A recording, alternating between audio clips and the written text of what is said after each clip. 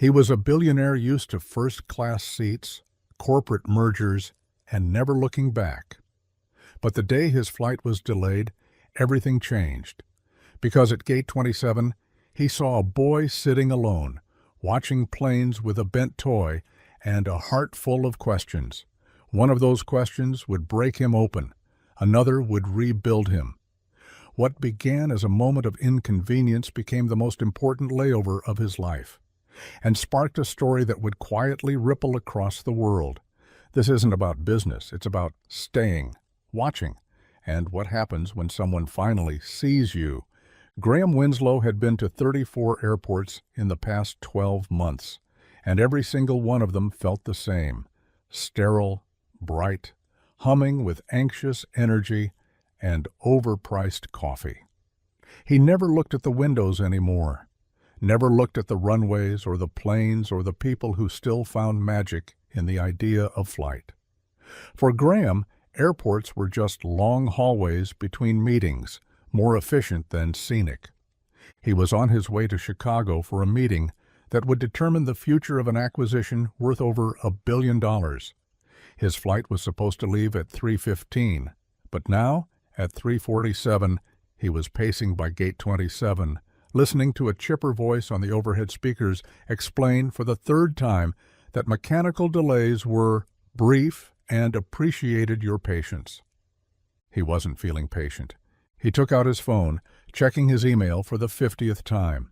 He had already rescheduled one meeting and pushed a dinner reservation back by an hour. His assistant was texting him updates in real time, but he barely read them. All he wanted was to get on the plane, take off, and make the deal.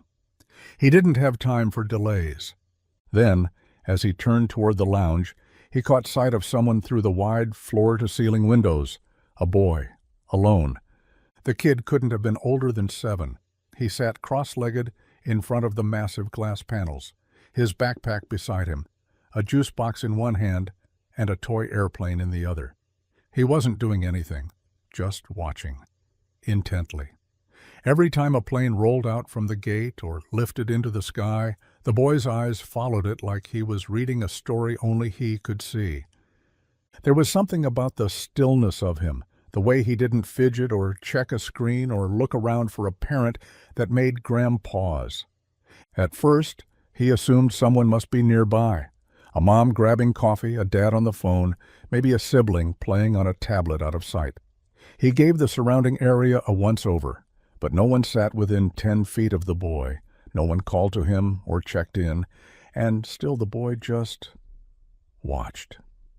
After 5 minutes, Graham found himself sitting down across from him, telling himself it was just to rest, just to wait out the delay. But he couldn't help it. He was curious. The boy glanced at him, but didn't say anything. "You like planes?" Graham asked casually. The boy nodded. "I like the sound they make when they take off. You can feel it in your chest." Graham smiled. "Yeah, I guess you can." The boy took a sip from his juice box. "Do you fly a lot?" "Too much," Graham said. "Almost every week." "Then you must not like it anymore." He blinked. "Why would you say that?" "Because you didn't even look at the last one. It was big." Graham laughed, startled. "You noticed that?" "I notice a lot," the boy said simply. "Are you here with someone?" The boy nodded slowly. "My uncle. He went to get a sandwich. He said to stay right here and not move." Graham nodded. "That's smart." The boy turned back to the window. "I'm going to fly someday." "You are?" He nodded. "Not just on the plane. Fly it." "A pilot, huh? Or an astronaut? Or maybe both? I haven't decided." Graham looked at the toy in his hand. It was a small plastic jet with chipped wings and one bent wheel. He must have had it a long time. "What's your name?" he asked. "Eli," the boy said. "What's yours?" "Graham." Eli squinted at him. "That sounds like a business name." Graham chuckled. "I guess it is." "Do you wear suits every day?" "Most days." Eli nodded solemnly. "You must be important." "I guess some people think I am." Eli turned back to the window. "Important people usually don't stop to talk." That stopped Graham cold. He looked at the boy again, this time really seeing him. his shoes slightly too big, his shirt with the collar fraying at the edge, the tired slouch of his shoulders that didn't match his age, and the way he watched the planes like they were more than machines, like they were promises. "Do you like flying alone?" Graham asked. "I've never flown," Eli said. "Not yet." "But you're at the airport." "My uncle's sending me to live somewhere else," he said, so matter-of-factly that it took Graham a second to register what he'd said. "Somewhere else?" "Yeah, with some people who said I could stay. I met them once. They had a dog." Graham swallowed. "Do you want to go?" Eli didn't answer right away. He just watched another plane lift into the sky and disappear behind a curtain of clouds. "I don't know," he said quietly. "I just hope the dog remembers me." Something twisted in Graham's chest. He didn't say anything. Couldn't. Eli turned to look at him. "Do you think it's okay to miss people even if they didn't stay?" Graham exhaled slowly. "I think it's the bravest thing you can do."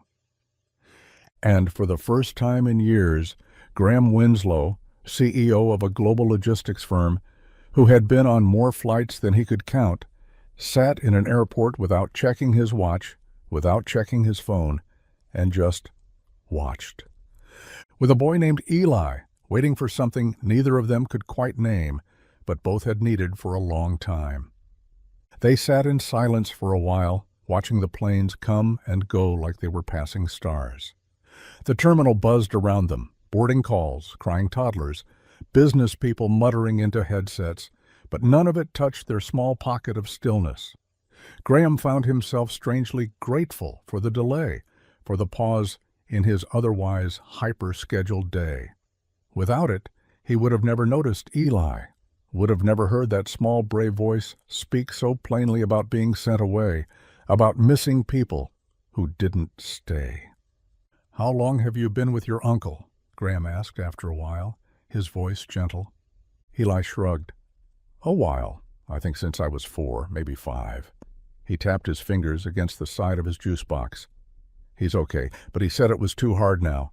Said someone else could probably do better." Graham felt something cold settle at the base of his neck. "Did he explain where you're going?" Eli nodded.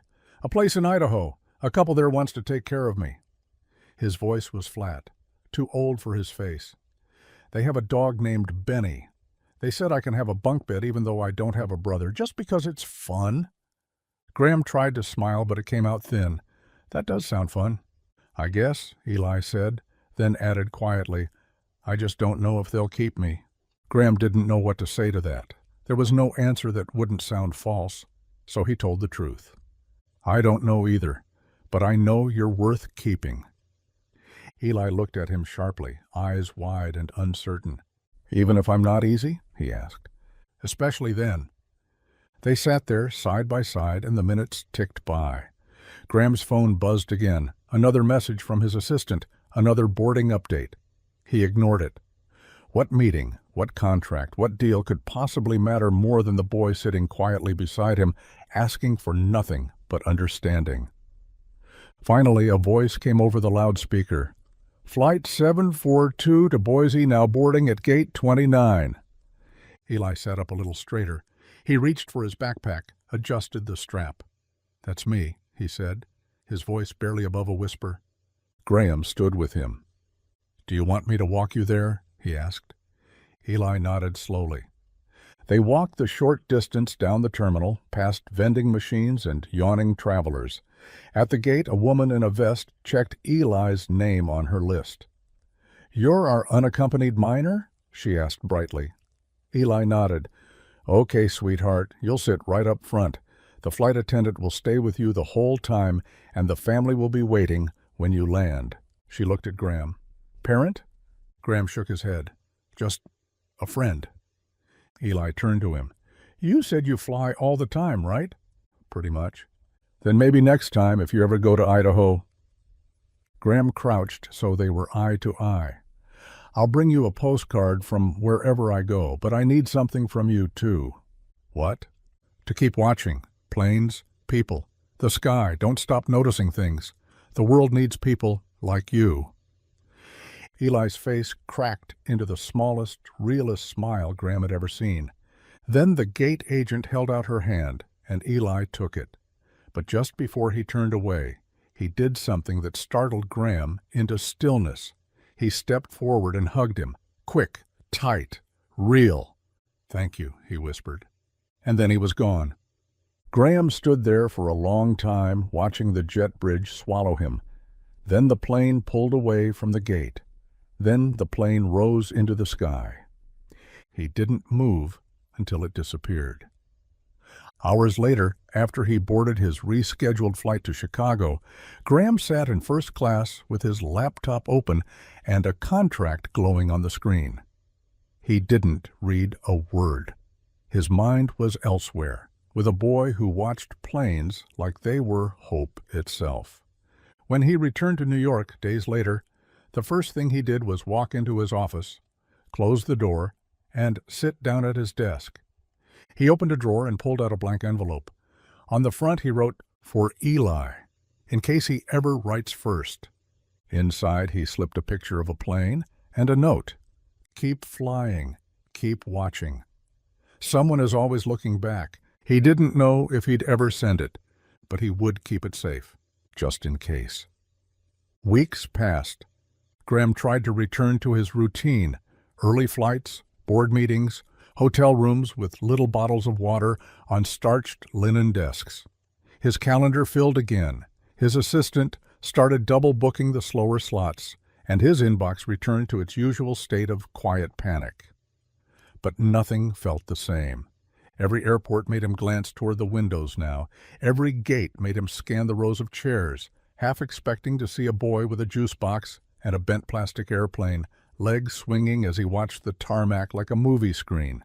He didn't, of course. But the image clung to him, and with it the question Eli had asked with no fanfare and no fear. "Do you think it's okay to miss people even if they didn't stay?" He found himself watching people differently, too, especially children, noticing who walked alone, who looked up too quickly when someone new approached, who sat too still for their age. It wasn't suspicion exactly, more like awareness. His life before had been about movement, how quickly he could get from point A to point B, how much he could build, close, acquire, move forward. But now, in the quiet moments between, he saw the value of stopping, of seeing. 3 months after that day, he found himself back in the same airport, same concourse, same soft lighting over the rows of seats by gate 27. The bench by the windows was empty now, but the ghost of that afternoon remained. He sat there just for a moment. Then he pulled out his phone, opened a blank note, and typed, "Eli's Law." Never assume the kid sitting alone is waiting for someone. Sometimes they're waiting to be seen. He saved it. Then, just before boarding, he opened his inbox. There, buried in a folder his assistant had flagged but not yet opened, was an email. The subject line read, "Hey Graham, from Idaho." He opened it with a sudden, rushing breath. "Hi, it's Eli. I had help writing this. The people here are nice. The dog really is named Benny. He's big and fluffy and snores when he sleeps. I have my own room. They even let me paint one wall blue. Sometimes I still think about the planes, about that day. You didn't have to talk to me, but you did. I don't think I knew what it meant then, but I do now. You didn't try to fix it. You didn't lie. You just stayed. And I think about that when I get scared. I tell myself, some people stay. You just have to let them. Anyway, I just wanted to say hi, and thank you. I hope you still look out the windows sometimes. Eli." Graham stared at the screen until the gate agent called for final boarding. He stood, shouldering his bag, the edges of his vision a little blurry. As he stepped onto the jet bridge, he pulled a pen from his coat and wrote 3 words on the inside cover of his notebook. "Some people stay." And then he looked out the window as the plane pulled back from the gate, watching the lights, the painted lines, the edges of the runway where stories began and ended all over again. He responded to Eli's email that night from his hotel room in San Francisco. not with corporate polish or practiced words, but with the kind of sincerity that didn't require drafting. He simply wrote, "I remember that day too. I've never forgotten it. You changed something for me, and I'm really glad the wall is blue." He didn't expect a reply. He didn't need one, but he kept the email thread starred in his inbox, just in case. Weeks passed, then months. Life tried to return to its old rhythm, but Graham found himself letting go of pieces of it he hadn't realized were optional. He declined 2 acquisition offers that would have required months overseas. He started working from home every other Friday. He made more space between the lines of his calendar, and in that space, he found other things growing. He began mentoring at a youth leadership program his company sponsored, something he'd always signed off on but never visited.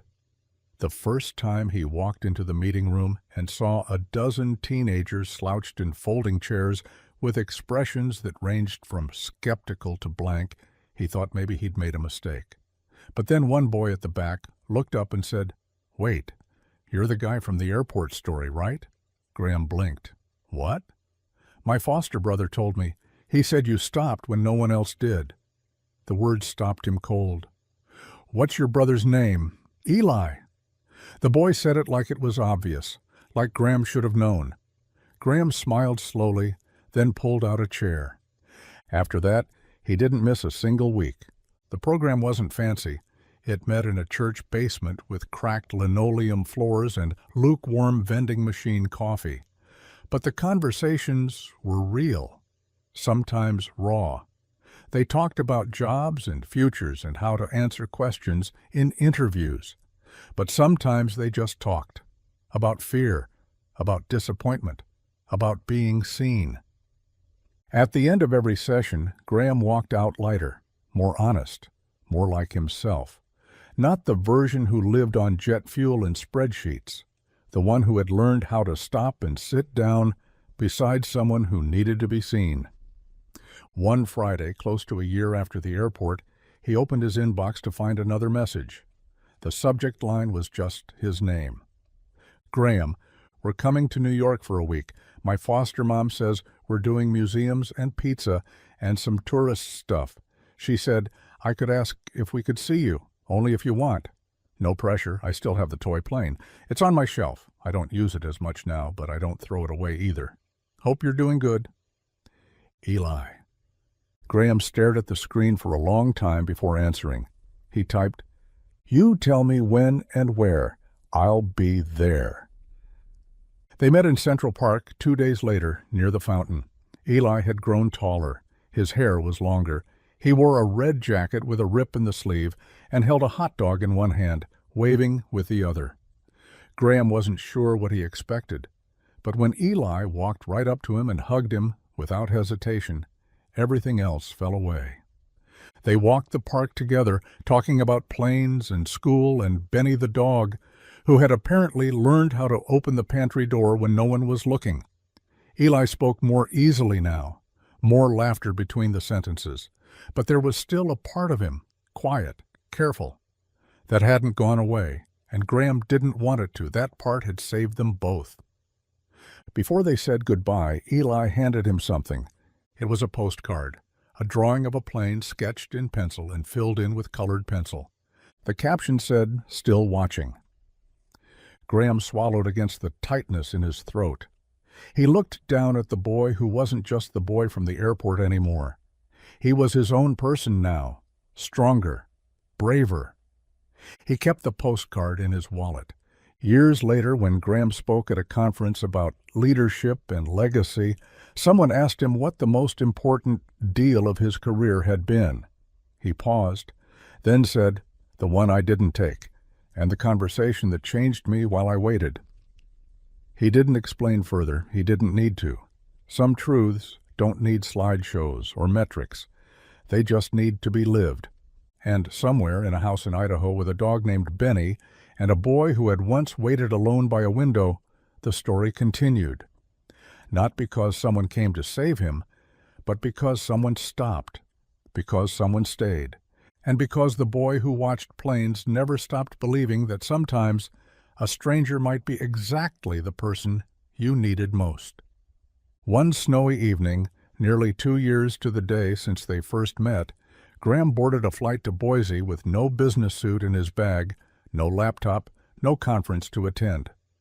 He'd cleared the weekend on his calendar for the first time in months, not because of burnout or scheduling conflict, but because he'd been invited, personally, officially. Eli had written a letter in blue pen on notebook paper, folded into a Christmas card that simply said, "I think it's your turn to come visit me." It wasn't signed from Eli. It was signed your friend Eli. Graham had read the letter twice before tucking it into the pocket of his coat and booking the ticket that same afternoon. The airport in Boise was small, quiet, almost intimate after the mega terminals he was used to. When he stepped through the gate and down the short corridor, he saw them waiting near the baggage claim.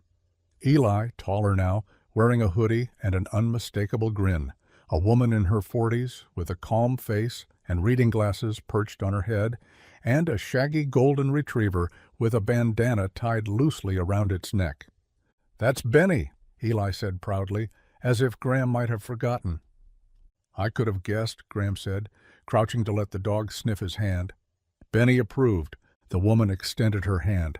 "I'm Claire. We've heard a lot about you." "Good things, I hope." "All true things," she replied with a knowing smile. They drove home through quiet roads lined with pine trees and snowbanks. The house was modest but warm, glowing with porch lights and the smell of something sweet in the oven.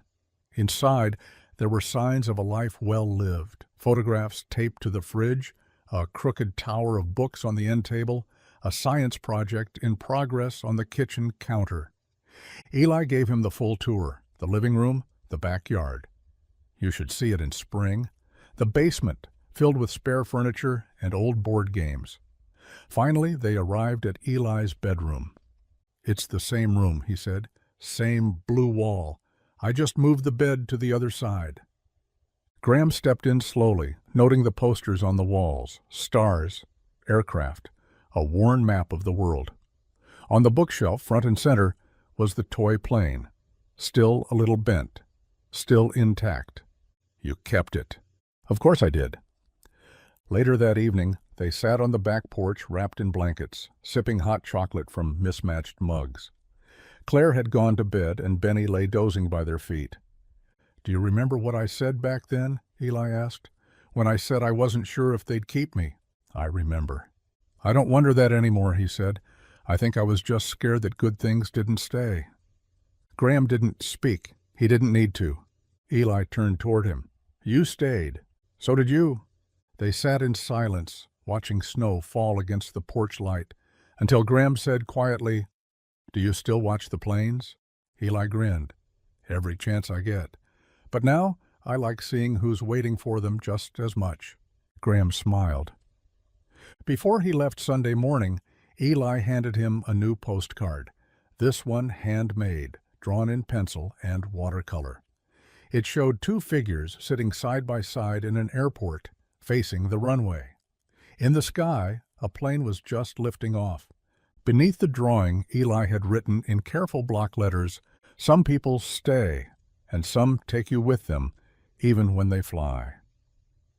Graham kept that card in the drawer beside his bed for years, not because he needed the reminder, but because it proved that every life, no matter how far it's gone off course, can be changed by the simple choice to stop, to listen to see someone, and to stay. That spring, Graham made another trip to Boise, this time with no return ticket booked. It wasn't that he was giving up his company or retiring early. It was that something had shifted. Somewhere along the way, Eli had become less of a brief, beautiful interruption and more of a fixture in his life, like gravity. Their friendship hadn't faded with time. It had deepened. They spoke almost every week now, not as mentor and student, not as adult and child, but as equals in something neither of them could name, a quiet understanding. Eli had asked him once, not long after their second visit, "What would your life be like if you'd never missed that flight?" Graham hadn't answered then. He couldn't. But now, as he walked down the familiar path to the house at the edge of a sleepy street lined with blooming lilacs and a mailbox painted in bright blue, he thought about it again. It would have been successful. Busy, clean, on schedule, empty. He knocked once, then let himself in. Eli had given him a key a few months earlier with a grin and a quiet, "just in case." Inside, the house smelled like cinnamon and laundry.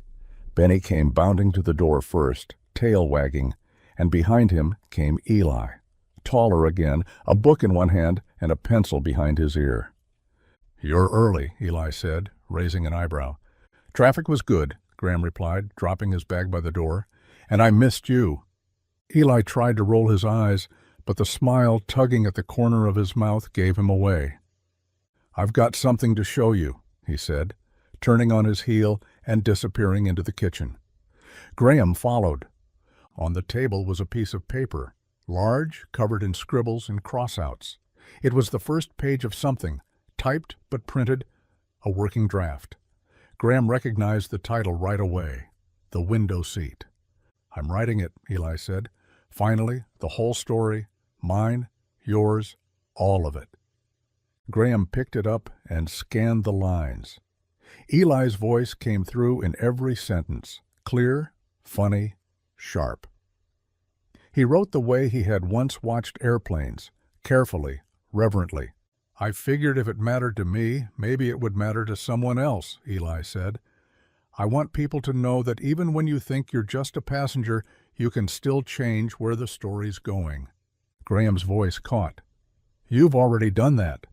"Yeah," Eli said, "but I want to do it on purpose now."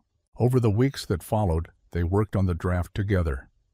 Graham didn't touch the writing, he said that was sacred, but he asked questions, helped shape the pacing, read each new chapter aloud, while Eli listened with a pen in hand, ready to revise. Claire would pass by the kitchen, smiling, and say, "It's like watching two stubborn mountains learn how to grow flowers."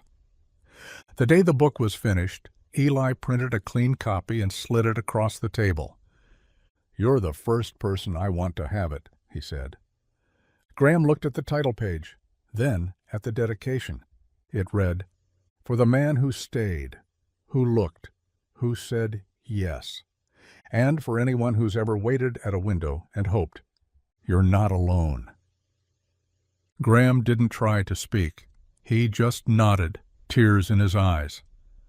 A month later, The Window Seat was published online. Not for profit, not for fame. Eli insisted it be free. Within a week, it had been shared hundreds of times, then thousands.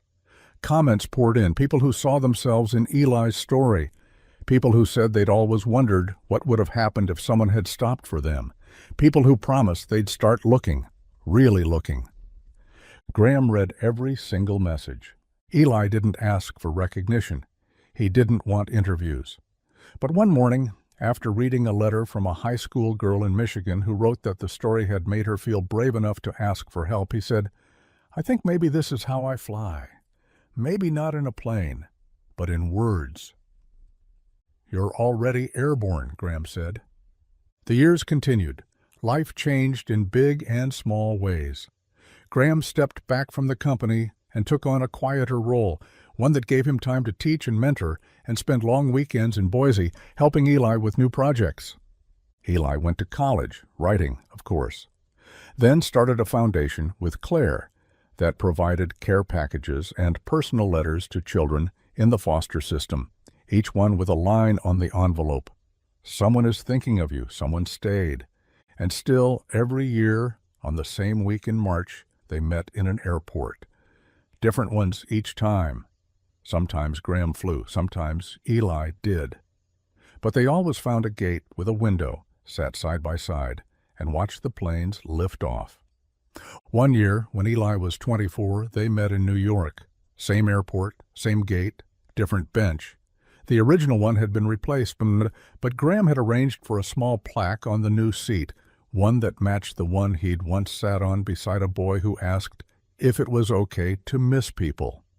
The new plaque read, "This seat changed 2 lives. May it remind you to stop to look to stay." They didn't make a big deal about it. Eli just sat down beside Graham, sipped his coffee, and said, "Nice bench." Graham smiled. "Better company." They didn't need to speak much. Not anymore. The planes came and went. The windows stretched tall and wide. The world outside was busy, complicated, impossible to predict. But in that small corner of the terminal, 2 people sat still, together, not waiting, just exactly where they were meant to be. The following winter, Eli came to New York alone. He was older now, more confident, moving through the city with the kind of ease that once felt impossible. He knew the subway routes, could navigate the crowds, no longer looked up at the skyscrapers in awe, at least not every time. Graham picked him up at Penn Station, just as he had years ago, standing by the arrivals gate with a coffee in one hand and a coat draped over his arm. Eli stepped off the train with a backpack slung across his shoulder, a well-worn journal in his other hand. "Hey, old man," he said with a grin, "you're barely 25 and suddenly I'm old?" "You've always been old. I'm just finally catching up." Graham pulled him into a hug, brief but tight. Eli didn't let go right away. They spent the day walking the city, Central Park dusted with snow, the lights on Fifth Avenue already glowing in the late afternoon. They stopped at a bookstore where Eli found a copy of his own book tucked between 2 larger titles on a display shelf. He didn't say anything, just quietly moved it to the front. That evening, they returned to the apartment, Graham's home for decades, now filled with framed photos, handwritten notes, and little relics of a life well shared. Eli stood by the window for a long time, looking out at the skyline. "It's weird," he said. "I used to wonder what it would feel like to belong somewhere. To anyone." "And now?" Graham asked. "I don't wonder anymore." They had dinner, lit a fire, and sat in the living room listening to a quiet jazz record playing softly in the corner. Eli pulled out his journal. "I've been writing something new. Another book? Maybe, maybe not." He flipped it open and passed it across the table. Graham read the first page. It wasn't a story. Not really. It was a list. Small, simple entries. Things that made me stay. A toy plane. Someone who listened. Cinnamon in the kitchen. Benny snoring. My name on a mailbox. A bench with my story on it. Not being asked to be anything but myself. Beneath the list was one final line, written more carefully than the others. Knowing I was never a burden, only a beginning. Graham looked up, eyes wet. "You're still just getting started," he said. Eli leaned back in his chair, watching the firelight flicker against the window. "So are you." The next morning, before dawn, they returned to the airport. It was quiet, the way airports always are before sunrise. They made their way to the same terminal, Gate 27, where it had all begun. The bench was empty. The plaque was still there. Eli sat down first, then patted the seat beside him. "Come on," he said. "It's tradition." They sat for a while, just watching the sky lighten through the windows. Planes moved slowly on the tarmac, their lights blinking like signals in the dark. Somewhere nearby, a child laughed. A boarding call echoed across the terminal. "I used to think I was the only one," Eli said. "You never were." Eli nodded. "I know that now. But I think a lot of kids still don't. That's why you keep telling the story." Eli didn't answer. He just looked out at the runway and smiled. When it was time to go, they stood slowly. Graham reached out and touched the bench lightly with his hand. "Do you think people ever sit here and feel something different, even if they don't know why?" "I hope so," Eli said, "because it means the story kept moving." They walked out of the terminal together, not hurried, not waiting for anything, just walking, beside each other. As they stepped out into the cold morning air, the city waking around them, Graham realized that Eli was no longer the boy who watched planes with quiet, exhausted hope. He was the man who knew what hope could do when it was met with presence, with choice, with staying. And he wasn't just flying now, he was carrying others with him. That spring, a letter arrived at Graham's office. It was handwritten, the envelope simple and white, no return address beyond a small postmark from somewhere in the Midwest. He opened it slowly, expecting maybe a thank you from a reader or a request tied to the mentorship programs he'd quietly helped expand. But the handwriting stopped him. It was familiar, careful, almost hesitant in its curves. Inside was a short note. Dear Mr. Winslow, I don't know if you remember me. I'm Eli's uncle. We met indirectly. Years ago. I was the one who put him on the plane. I've read the story now, the one he wrote. And I've read yours too, the parts that weren't on paper. I've thought about writing this letter for a long time. Sometimes I told myself it didn't matter anymore, that he had a new life, better people, a future I never could have given him. But it always mattered. I think I just needed time to admit I wasn't the person he needed me to be. I want to say I'm sorry, not because I expect forgiveness, but because he deserved someone who stayed. And you were that. So thank you for what you gave him and what you gave back to the world because of it. He says you two meet at airports now, that you still sit by the windows. I think that's beautiful. Matthew. Graham sat back in his chair, the letter resting in his hands. For a long time he didn't move. He simply let the words settle in him, like something being set gently down in a space it had always been meant to fill. He didn't tell Eli right away. He waited until the next time they met, this time in Seattle, at a small regional airport that Eli had insisted on visiting just for the view from the second-floor cafe. They sat by the windows, as always, sipping hot drinks and making quiet conversation about everything and nothing. Hey, Graham said eventually, pulling the letter from his coat pocket. I got something. Thought maybe you'd want to read it. Eli took the envelope and read in silence. When he reached the end, he said nothing, just folded it back carefully and stared at the runway for a long moment. Then, he didn't write me. He didn't know if he should. Eli nodded slowly. I don't hate him. I don't think he expects you to forgive him. I probably will, eventually. He turned the envelope over in his hands, but it doesn't change who I am now. No, Graham said. You changed that. They stayed at the airport for another hour, longer than their flights required, watching the rain streak the windows as a line of planes waited for takeoff clearance. Each one held its own story, its own passengers, and somewhere inside each, someone else was heading toward a future they couldn't predict. The way Eli had, the way Graham once had, without even realizing it. Years later, when Graham passed away, quietly in his sleep, older, softer, and with far more photographs than spreadsheets on his nightstand, Eli stood beside the bench at Gate 27 with a folded copy of The Window Seat in one hand and a plane ticket in the other. He was scheduled to speak at a conference in Los Angeles, but this stop mattered more. He didn't cry. Not there. Not in the terminal where their story had started. He just sat down, rested the book on the seat beside him, and whispered, I'm still watching. Then he boarded his plane and kept going. The flight to Los Angeles was quiet, smooth, uneventful. Yet it carried more weight than any trip Eli had taken before.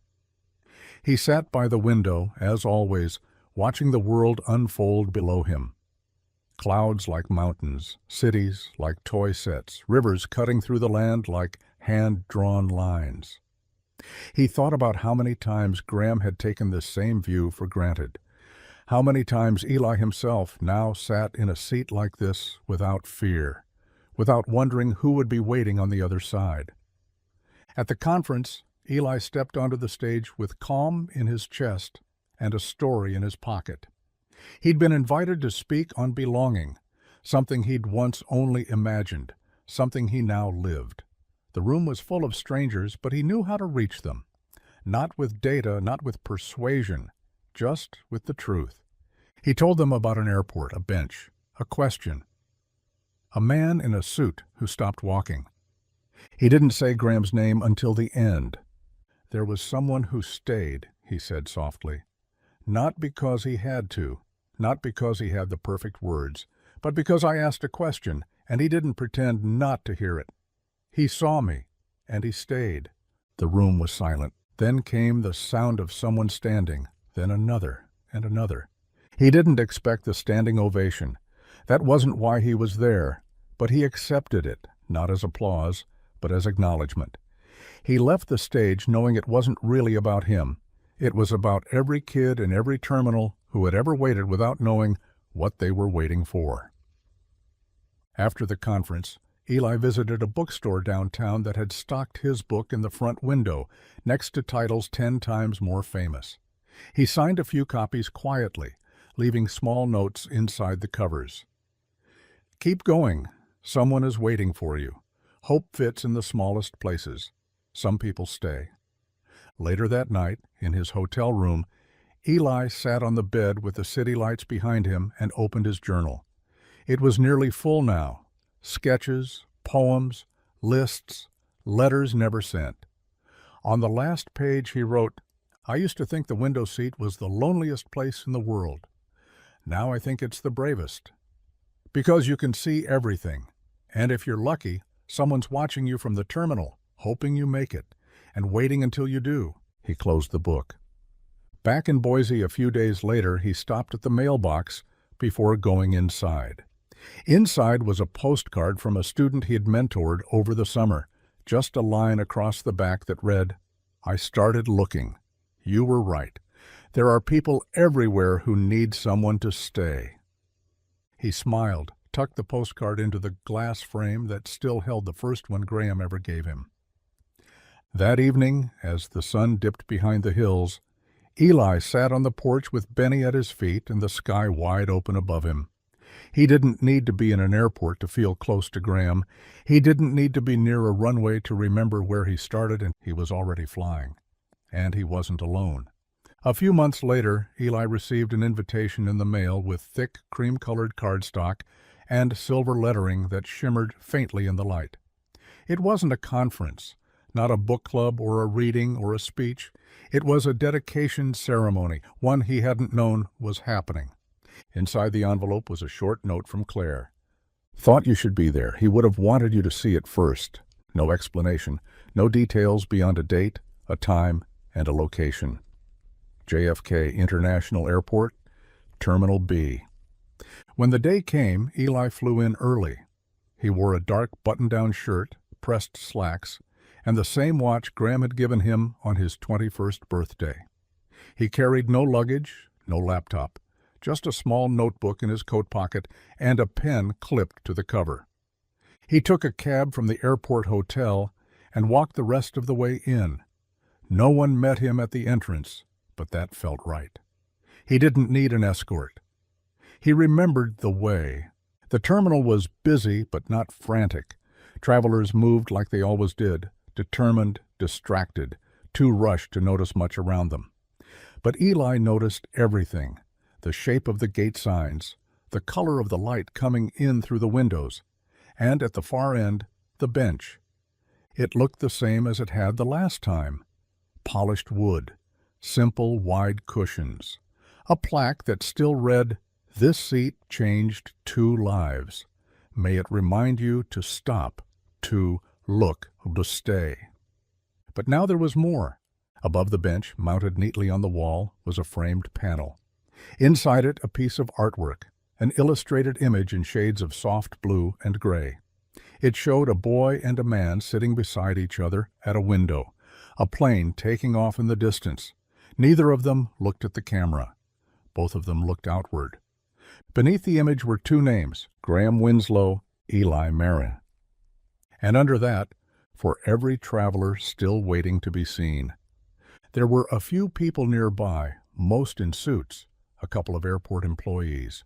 Claire was there too, standing a few feet back with her hands clasped, tears bright in her eyes. Eli walked up to the bench slowly and sat down. No speech, no ceremony, just a moment.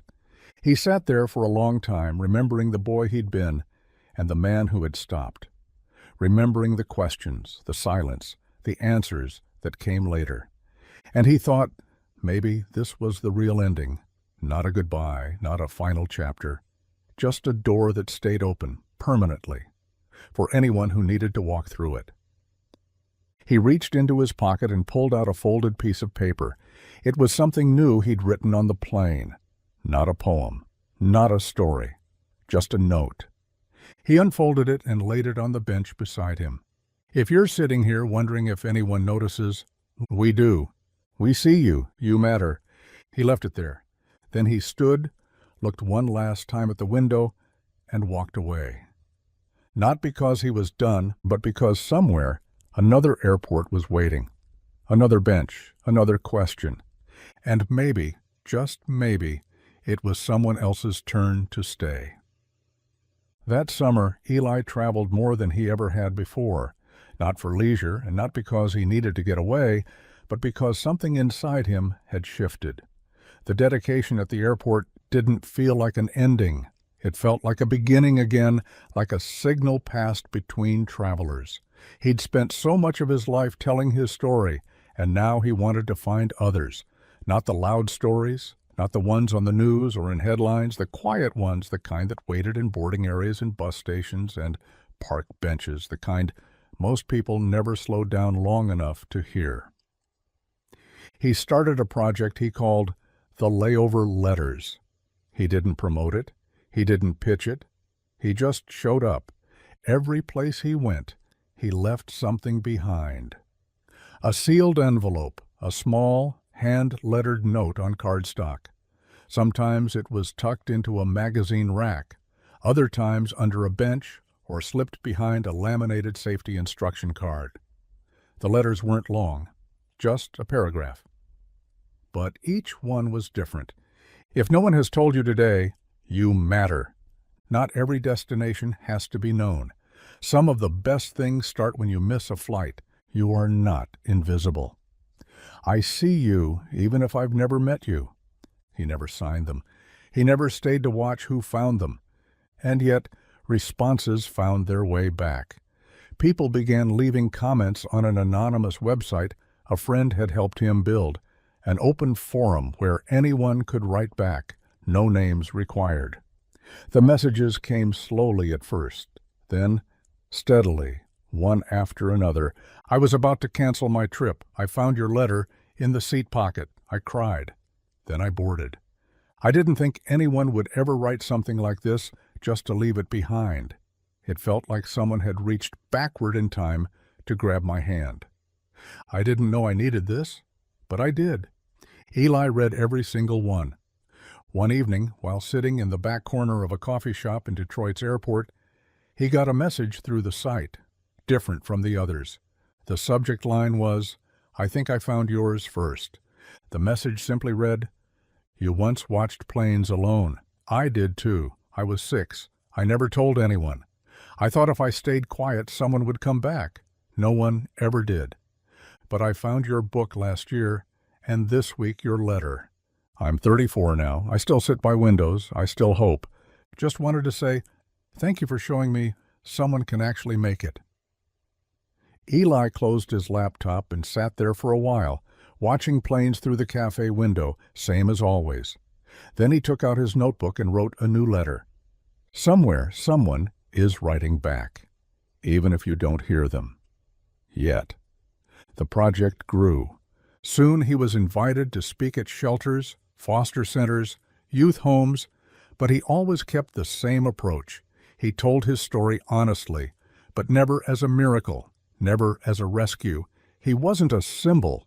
He was proof that people could miss things, parents, flights, chances, and still be whole, still be seen, still be chosen. One rainy afternoon in Chicago, after speaking at a youth writing camp, he stayed late to talk to a quiet boy who had hovered near the edge of the room. The boy had freckles and a spiral notebook clutched tight in both hands. "I don't like talking much," he said, not making eye contact. "That's okay," Eli replied. "I wrote something. It's short." "Can I hear it?" The boy nodded and opened to a single sentence, written in large block letters. "The first person who noticed me was sitting on the floor, not standing." Eli felt something behind his ribs crack wide open. He looked at the boy and said, "That's the kind of sentence that makes people stop walking."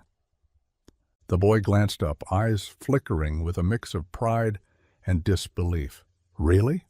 "Absolutely." That night, Eli wrote in his own journal, "People remember where they were when they were seen for the first time. It's like your soul underlines it. That's where everything starts." Years passed. The project continued. The letters traveled farther than Eli did, passed from hands to backpacks to strangers. Some were copied. Some were printed and left on windshields. Some were found taped to the mirrors in school bathrooms. And no one could trace them back to him. He didn't want them to. It wasn't about the author. It was about the person who needed to read it in the exact moment they found it. Still, every year, on the same date, Eli returned to Gate 27. He didn't always sit long. Sometimes he only stood at the bench, rested his hand against the wood, read the plaque, and whispered something to the space beside him. One year, a little girl was sitting on the bench when he arrived. She looked up at him, curious, and said, "This seat's special. My mom told me someone used to write letters here." He nodded. "She's right." The girl blinked. "Do you think he still does?" Eli smiled. "I think he never stopped." She looked back out the window, then patted the seat beside her. "You can sit if you want." He did. Together they watched a plane lift into the sky. Neither of them spoke. Neither of them had to. When it disappeared into the clouds, the girl turned to him and whispered, "I want to write letters too." Eli looked at her and felt the future open like a runway in front of her. "You already know how," he said. "You just started." That fall, Eli found himself flying less and writing more, not because the work had slowed or the speaking invitations had stopped. They hadn't. But because something inside him had begun to crave stillness. After years of moving, of boarding and deplaning and packing letters into the seams of a world too busy to notice them, he realized that maybe it was time to build something that stayed. Something others could come to, instead of always waiting for him to arrive. So he bought a small building on the edge of Boise, a single-story brick structure with wide windows and a crooked chimney, tucked between a bakery and a laundromat. It had once been a bookstore, then a tailor's shop, then left empty for years. Eli walked through it with his hands in his pockets, saw dust motes in the light, and said quietly, "This is it." He opened it 6 months later. No ribbon cutting, no big announcement, just a handwritten sign taped to the glass door. "Welcome to Gate 27. Come in. Sit down. You're not too early or too late." It wasn't a bookstore. Not exactly. And it wasn't a library either. There were books, yes, walls of them, all donated or chosen with care. But there were also benches and cushions and letters, folded in baskets throughout the space. Hundreds of them, rewritten by hand, printed on thick paper, tucked into envelopes. Some were old, some new. All of them addressed to no one in particular. All of them meant for whoever needed to find them. People came, first one or two, unsure if they were even allowed inside, then more. A teenager with a tear-streaked face who sat by the window for an hour holding a letter that said, "You don't have to be okay to be worth staying for." A mother who came in on her lunch break and asked if she could take a few letters to leave at her son's school. A man in his 60s who simply said, "I thought I was too old to need this," before sitting in the corner and reading for the rest of the afternoon. No one had to explain why they were there. No one asked for ID or payment or proof of pain. They just came. Some wrote letters of their own. Others left folded notes on the bench near the door, addressed to someone who feels like they might disappear. Eli read every one. Some he cried over. Some he copied and reprinted. Some he left exactly as they were, smudges and misspellings and all, and added them to the shelves. The room became more than a room. It became a place where silence didn't mean loneliness, where strangers sat beside each other with nothing to say and everything to feel, where Eli could still listen, still stay, even if he wasn't always the one traveling. One evening, near closing time, a boy about 11 stepped inside, eyes wide, backpack slung low on his shoulders. He walked slowly, like he wasn't sure he belonged, then made a straight line for the bench near the window. Eli walked over and sat beside him. "First time here?" The boy nodded. "I saw the name on the sign. My social worker said there'd be a place like this, said it was started by someone who used to wait alone." Eli looked down at the boy's sneakers, the untied laces, the way he clutched his backpack like it might get taken. "Well," Eli said, "you found it." The boy didn't speak for a while. Then, "Are you him?"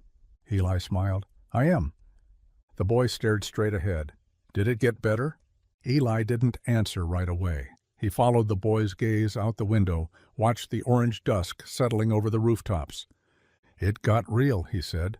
"Better came after." The boy nodded once, then reached into a bin and pulled out a letter. He read it silently, lips moving, then tucked it into his backpack and said, "Can I come back tomorrow?" "You can come back whenever you want." Before he left, the boy paused at the door and looked at Eli. "Did you ever find the person who left you a letter first?" Eli blinked. "No one left me a letter." "Oh," the boy said, confused. "Then how'd you know someone would stay?" Eli's chest went tight. "Because someone did," he said, without needing words. The boy left. Eli sat back on the bench and let the quiet fill the room like breath. Later that night, after the shop was closed and the lights dimmed, he sat at his desk in the back room and pulled out a clean sheet of paper. He wrote a new letter. This one he didn't plan to fold or print or leave in a basket. He planned to frame it, hang it beside the door. Dear Traveler, if you've been waiting for someone to see you, if you've sat by windows hoping someone might come back, if you've walked through the world too quietly, you're not lost. You're early, and you are worth finding. He signed it, E.M. Then he leaned back, watched the ink dry, and whispered to the empty room, "You're not alone anymore." The letter on the wall became the first thing people saw when they walked into Gate 27. It didn't shout or glow or try to impress. It simply waited. And somehow it always seemed to find exactly the right eyes at exactly the right time. No one really knew how Eli chose which letters to leave in the baskets, or when he swapped them out, or how it was that every visitor found the one they didn't know they needed until they read it. But they did, over and over again. He rarely told them that he still wrote every single one. Sometimes late at night, sometimes in the quiet hour before sunrise, sometimes in the middle of a conversation when a phrase would land in his mind like a feather and he'd excuse himself, rush to the back room and scribble it down before it slipped away. Each letter was personal, even when it wasn't addressed. Each one carried the echo of someone he had once been, or someone he had once met, or someone he knew was still out there, waiting. Gate 27 began to appear in local articles, then podcasts, then videos shared quietly among support groups and schools. But Eli kept it small on purpose. There were never grand expansions, no franchise ideas, no online store. If someone asked for more letters to leave in their own cities, he didn't package them. He invited them to write their own. "Start with what you needed to hear," he always said. "Someone else needs it too." One day, an elderly woman arrived just after opening. She had a cane and a scarf tied around her hair, and she moved slowly, but with purpose. Eli greeted her with a soft hello, and she waved him off with a small smile. "I'm not here to talk," she said. "I'm here to read." She spent 3 hours in the window seat, reading letter after letter, her fingers trembling slightly with each one. When she left, she didn't take any with her, but the next day she returned with a single envelope. "May I add to the wall?" she asked. Eli nodded. She posted it beside the original plaque. It read, "I was 80 before I learned how to grieve. This place let me. Now I know that mourning is not the opposite of love. It is a part of it. Thank you for letting me begin again." She signed it. "A friend from the gate." Eli didn't take it down. Eventually, the wall grew. Not from design, but from offering. Visitors began bringing their own letters, their own memories. Some wrote to their past selves, some to people they missed, some to people who never stayed, some to people they hoped to meet one day. And in the middle of it all, beneath the original framed message, Eli added one more plaque, small, barely noticeable. It said, "This story began with a question. It continues every time someone answers. What happens next is up to you." Years later, a group of college students would come through the doors on a rainy afternoon.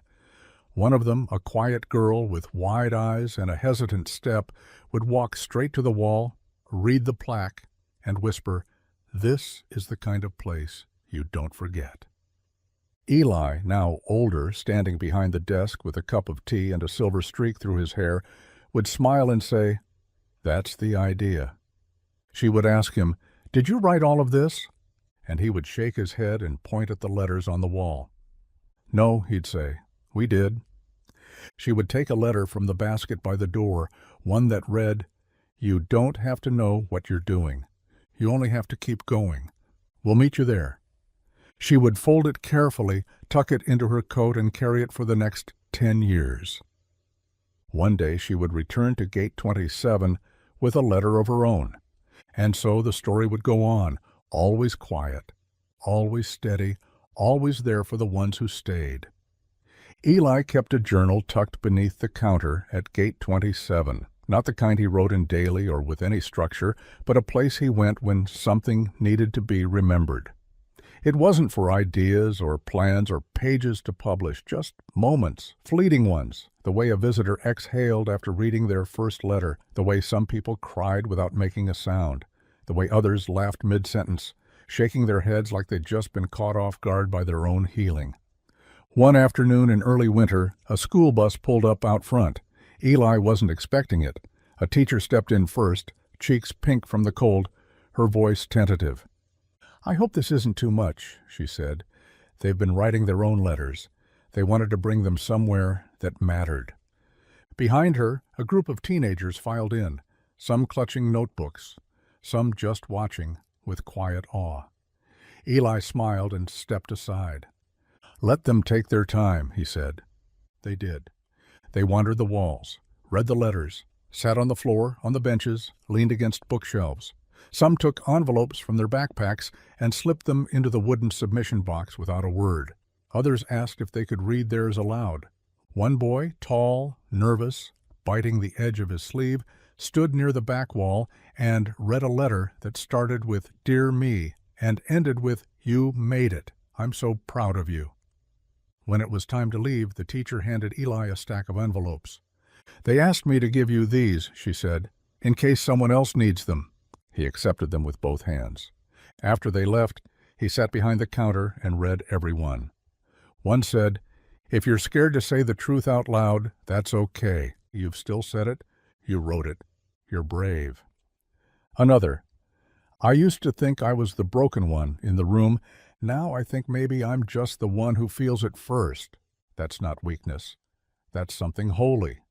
He placed them in a new basket by the window, labeled in blue ink, "Letters from the Next Generation of Stayers." The sign didn't last a week. Visitors started calling them just the next letters. The name stuck. Eli didn't mind. He never cared about control, only about continuity. One morning, as snow started falling softly against the windows, a girl no older than 10 walked in alone. She didn't speak.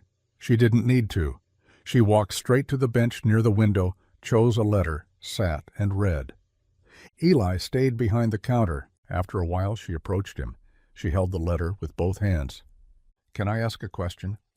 He nodded. "Did anyone ever write you one first, when you were little?" He thought about it, about all the airports, About the boy who had asked the question. About Graham. He shook his head slowly. No, but someone answered one. She seemed to consider this. Okay, she said. Then I'm going to write one for you. She pulled a pen from her coat and sat at the corner table, wrote in silence. When she finished, she brought the letter to him and set it on the counter. It's not long, she said, but I think you should have one too. She left without another word. Eli waited until she was gone, then opened the envelope. Inside, in round, looping handwriting, were 4 sentences. Dear you, I don't know what you were waiting for when you first sat down, but I'm glad you stayed, because now we know how to. Because now we are. He folded the letter carefully, placed it in the back of his journal, and closed the cover. Later that night, long after the shop had closed and the snow outside had blanketed the street, he turned off the lights, stepped into the quiet center of the room, and sat down on the bench by the window. He didn't read. He didn't write. He didn't move. He just listened, to the silence, to the wind, to the sound of all the letters breathing quietly in their baskets. Somewhere in the world, someone was waiting to be seen. And here, in the stillness of Gate 27, their answer was already waiting. One year, on the first truly warm day of spring, Eli stood outside Gate 27 and watched the sunrise spill over the sidewalk like a quiet promise. The windows glowed gold. The air smelled faintly of lilacs from the bush someone had planted 2 buildings down, and for a moment the world felt impossibly gentle. Inside, the space felt the same, like a held breath. The books sat quietly on their shelves. The letters, freshly sorted, filled their usual baskets, for the waiting, for the leaving, for the ones who stayed. A new basket had recently appeared, though Eli hadn't made a sign for it. Someone else had. Written in shaky marker on a folded piece of notebook paper, for the ones who came back. It was the first basket he checked every morning. That day, a woman in her early 30s arrived just after the door opened. She had short hair, a denim jacket, and a folded piece of paper she held with the kind of care reserved for things you don't plan to let go of. She looked around once and then made her way straight to Eli. I don't know if you remember me, she said, but I came here 10 years ago. I didn't talk, I didn't stay long, I just took a letter. Eli smiled. You don't have to explain. I kept it, she said. It was in my wallet for years, moved with me, sat under my pillow in college. It just said, you are not what they left behind. That sentence carried me through. She unfolded the paper she was holding. I wrote one, she said. I don't know if it's good, but I think maybe someone else might need it now. He accepted it with both hands. It's more than good, he said. It's yours. She placed the letter in the basket for the ones who came back, then sat in the window for an hour and left without saying anything else. Eli didn't read her letter right away. He never did. Some things needed space. And besides, another visitor had arrived, a teenage boy with a skateboard under one arm and a duffel bag under the other. He stood at the threshold like someone trying not to be noticed. Eli approached slowly. First time? The boy shrugged. I was supposed to get on a bus, but it didn't feel right, so I walked. Then I saw the sign, thought maybe it was something. It is, Eli said. Come in. You don't even have to know what you're here for yet. The boy chose a seat near the back, picked a letter from the waiting basket, and sat cross-legged on the floor. He read for a long time. At one point, he rested his forehead against the paper like it physically hurt in the best possible way. Eli didn't disturb him. At closing time, the boy stood slowly, placed the letter back in the basket, and walked to the door. Before leaving, he turned and said, This place makes it feel like the world has a backspace key. Eli blinked. What do you mean? Like you can erase just enough to start again. Not everything. Just the part where you forgot how to hope. He left before Eli could answer. That night, Eli sat on the floor of the shop with the lights low and the door locked. He pulled out the letter the woman had brought and unfolded it slowly. It was written in purple ink, a little smudged at the edges. Dear you, I don't know what brought you here. Maybe a goodbye, maybe silence, maybe something that doesn't even have a name yet. But I want you to know, this isn't the end. This is the echo before your voice comes back. You're allowed to begin. Again, again, as many times as you need. He read it 3 times, then added it to the wall, the one that was only supposed to hold one framed message and now carried hundreds, maybe thousands. He stepped back, looked at all the words stretched across the paint and brick and time, and thought about how strange and beautiful it was that none of it had been planned. No architect, no blueprint, just a boy once in an airport and someone who stayed. He turned off the lights, but before he walked away, he whispered aloud to the room, to the letters, to the bench, to the long invisible thread that stretched from that first moment to this one. I stayed. I'm still staying. And someone else will too. One morning, in late summer, Eli unlocked the door to gate 27 and found an envelope waiting on the welcome mat. No postage, no name, just 3 words written across the front in careful block letters. For the first one. He didn't open it right away. He set it gently on the front counter, went about the usual rhythm of starting the day, lights on, blinds up, letters restocked, books straightened, windows cracked just enough to let the air drift in with the scent of the nearby bakery. But the envelope sat there like a breath being held, quiet, unshakable. When the first visitors arrived, he greeted them, made tea, found a copy of a book a girl had asked about last week, and placed it on the bench with a note that read, "Still here, just like you." But even then, the envelope remained unopened. It wasn't fear that kept him from it. It was reverence. It took him until noon to finally sit down, alone, hands steady. He peeled back the flap and unfolded the single page inside. It read, "You may never know how far your silence reached. The kind of silence that listens, that stays, that doesn't rush people into better. You didn't rescue anyone. You just reminded them they were never lost. And that's what saved us. We saw you see us. We saw what staying can do. We're writing now, too, not just letters, lives. No signature, no name, just a small symbol in the corner, 2 curved lines, like wings or quotation marks, facing inward, enclosing nothing but space." Eli sat with the letter in his lap for a long time. Then, without a word, he stood and went to the back room where he kept the archival case, a wooden box filled with the few letters he never displayed, never copied, never printed for others, the ones that were only his. He placed the letter gently inside. Then he took out his journal and wrote at the bottom of a page already half filled with scribbles and half thoughts. "They're writing now. I don't have to be the first anymore, just one of many, one of the ones who stayed." That afternoon, a mother and son came in. He was maybe 8, maybe 9, eyes bright with the kind of curiosity that hadn't been dimmed yet. She looked tired, like she'd held too many things for too long. They sat together on the floor. She read him a letter aloud. It said, "If you're holding it together for someone else, thank you.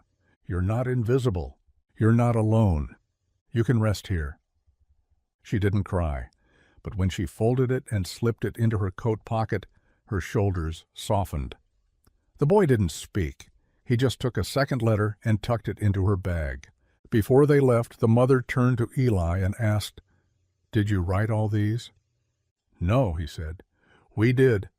That night, as dusk poured into the corners of the shop and the last few visitors wandered out, Eli sat alone on the window bench and thought about the ripple of it all, how a question had become a place, how a place had become a movement, how that movement had grown beyond him without ever letting go of him. He closed his eyes and whispered the sentence that had carried him across years, states, heartbreaks, new beginnings. I stayed. And the room, filled with thousands of echoes, seemed to answer back. So did we.